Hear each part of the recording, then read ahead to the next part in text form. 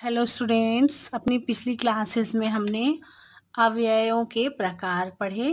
अब हम कुछ अव्ययों के प्रयोग देखते हैं, जैसे कि च का अर्थ होता है और। इसका प्रयोग देखते हैं।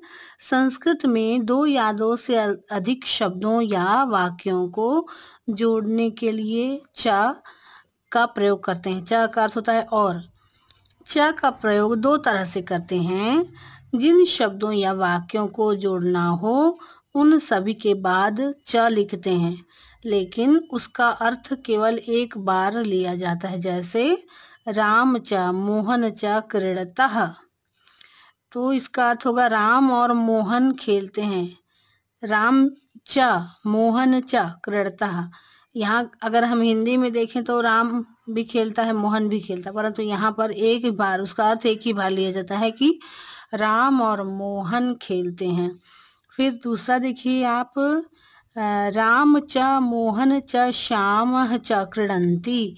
यहाँ पर तीन लोगों के नाम को जोड़ने के लिए तीनों में च अर्थात और लगाया गया है। राम और मोहन और श्याम खेलते हैं। तो यहाँ पर अगर हम ऐसा बोलेंगे तो हम बार बार और नहीं लगाएंगे, राम मोहन और श्याम खेलते हैं, या फिर राम और मोहन खेलते हैं, ये ऐसा हम कहते हैं। परंतु संस्कृत में रामः च मोहनः च श्यामः च क्रीडन्ति, अर्थात राम मोहन और श्याम खेलते हैं। फिर अगला है उदाहरण, अहम पाठम पठामि च लिखामि च। मतलब मैं पाठ पढ़ता हूँ और लिखता हूँ। तो कैसे बोलेंगे इसको? अहम पाठम पठामि च लिखामि च, मैं पाठ पढ़ता हूँ और लिखता हूँ।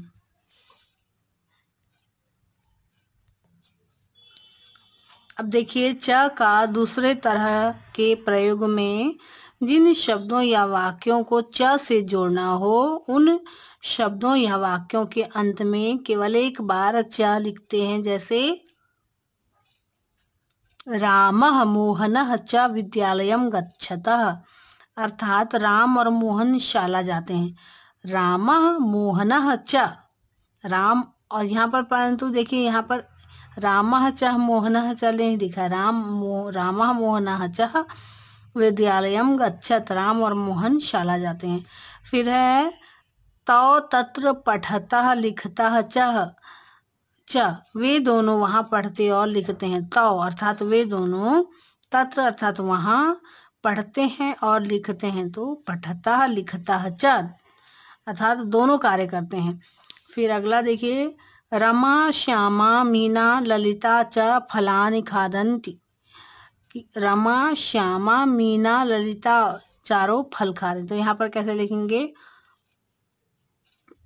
रमा श्यामा मीना और ललिता, रमा श्यामा मीना ललिता च फलानि खादन्ति। तो इस तरह से च का हम प्रयोग दो तरह से कर सकते हैं। एक बार जब हम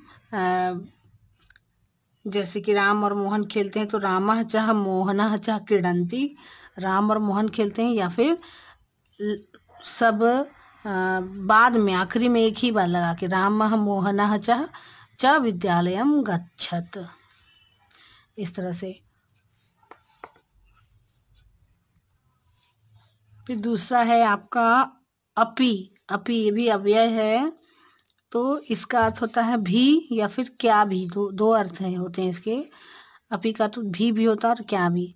फिर अपि का प्रयोग सामान्य रूप से अपि का अर्थ भी है। जैसे अहम अपि विद्यालयं गच्छामि, मैं भी शाला जाता हूँ।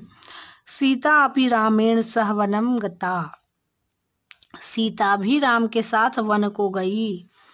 जब अपि से वाक्य आरंभ करते हैं तो वह प्रश्न का बोध कराता है। जैसे अपि रमेशः विद्यालयम् अगच्छत्, क्या रमेश कल शाला गया था। अपि सुषमा कुशला अस्ति, क्या सुषमा कुशल पूर्वक है। फिर इस तरह से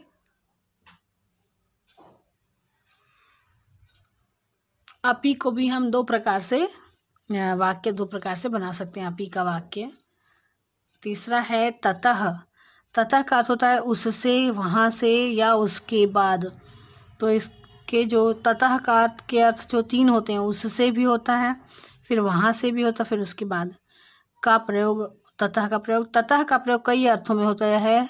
जैसे कि इसके अर्थ दिए हुए हैं, ते ततः गच्छन्ति, वे इसके बाद जाते हैं। ते ततः, ये इसके बाद। ते ततः अन्यत्र गच्छन्, वे वहाँ से दूसरी जगह चले गए। ते ततः अन्यत्र अगच्छन्। फिर ततः स्थानात् मम गृहं समीप अस्ति, उस स्थान से मेरा घर पास में है।